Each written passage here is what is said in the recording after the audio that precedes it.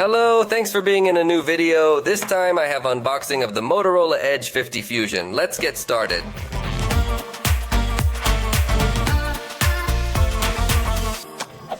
This device somehow comes to replace the Neo series. So we could say that this is a kind of successor to the Motorola Edge 50 Fusion, which was one of my favorites last year.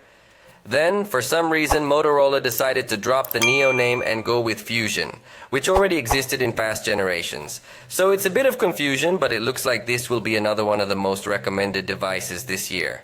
In fact, we can conclude this from its price, which in Mexico is 6,999 pesos. On the screen, you can see the reference price in dollars, just to give you an idea. However, remember that the prices here are not the same as those there. Considering the price context of Mexico, it seems to me an exaggeratedly competitive price compared to the specifications it will offer us. So, join me in taking it out of its box, which by the way comes with a very trendy design of removing the plastic from the packaging and this kind of thing. Plus it's scented. You know, that's another trend that Motorola wants to impose. So when you take the device out, it's almost like they put perfume on it. Alright, let's get this box out. And right off the bat, we come across this device that has a spectacular design. Not just because of the color, which is exaggeratedly eye-catching. Personally, I wouldn't use this color. There are other colors available, but what I want to emphasize is that at least in this edition, it has a super soft touch, very nice, that so far I had not seen in any other cell phone. I think I could spend a good time caressing this cell phone, nothing else. It is very nice. I don't know how easy it's going to get dirty. That we'll probably find out when we're testing it a little more constantly. But for now, I have to say that I really like the design a lot. But let's get the phone powered up while we see what else comes in the box.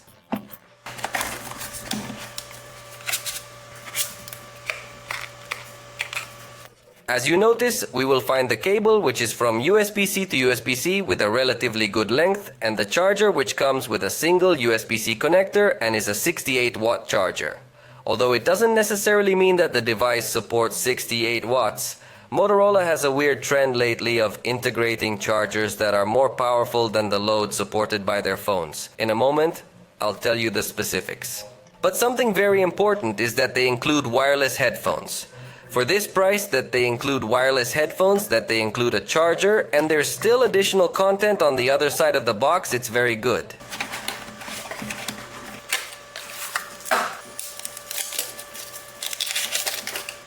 And note again, Motorola has a very good design team. In this case, they put a touch of color on the logo, which gives it a very nice distinctive. On this matte white case, which also feels good quality. Look, on the inside we also see this design, which is the color of the year actually. So these are nice looking headphones. Surely the sound will be good. I don't think it's ultra premium because it would be very strange to get them included as a gift, but it's very nice. Definitely that Motorola is doing an excellent job on design, on price, on packaging. Kudos to Motorola. Let's take a look finally at what's on the other side of the box. And notice there are the ear tips in different sizes obviously, so that you can choose the one that best fits your ear and that you have a good cancellation. There is also a small manual for the headphones so that you can use them correctly. The earphones also come with a case. See why I'm congratulating Motorola? Because it includes everything we could ask for. It's not a transparent case that will later turn ugly yellow. In this case, I think it's a case that has this touch of color that's definitely going to match the phone very well. Look, this is what it looks like with the case on. I think it doesn't lose that much design, although I definitely personally would prefer to use the device without a case because of the soft feel, and obviously it gives it the most realistic color possible.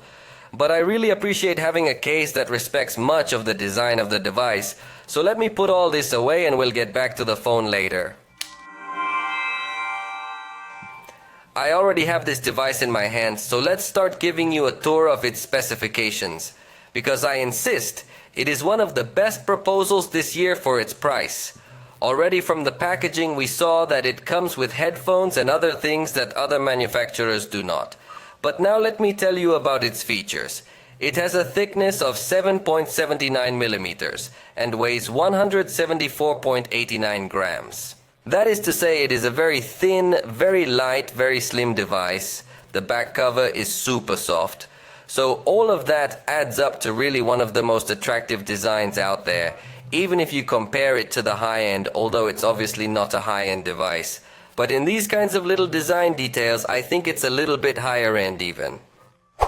In addition, it has IP68 as a level of resistance against water, so just because it's a beautiful device, it's not going to be fragile. It also has Gorilla Glass 5 to protect the screen, so it has a good level. It's not the most attractive thing about the device, but I think it protects it well. We'll find a 6.7-inch OLED display on its diagonal with full HD plus resolution. 120 Hz in its refresh rate and a peak of 1600 nits. It is a screen that looks very good. As a first impression, I must say that yes, it looks spectacular. And evidently, in conjunction with Android practically in a pure state, they managed to put a color palette within the system. Very similar to the color we see on the device, so everything matches in a certain way. It also integrates stereo sound through 2 speakers with Dolby Atmos. And again, finding that feature in such a thin and light device is very positive. It doesn't disappoint in any of the multimedia section.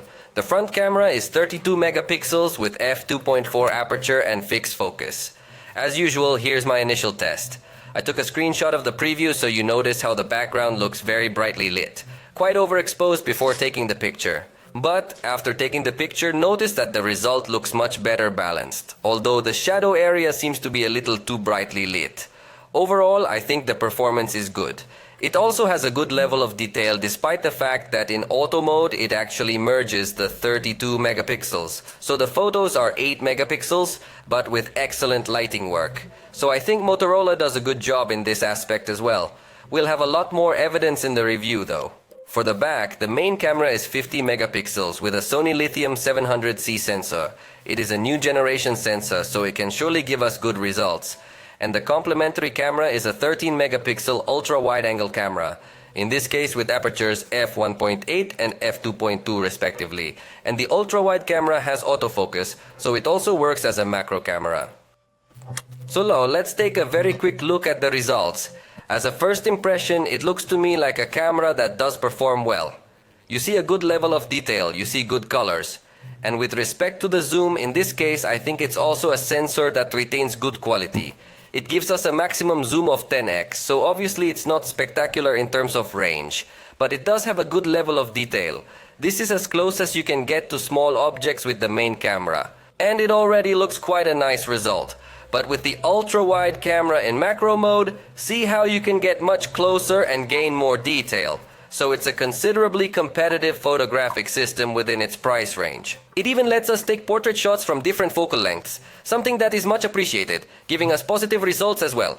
In addition, it allows us to record video in 4K, not only with the main camera, but also with the ultra-wide camera. In fact, the front camera also supports this resolution.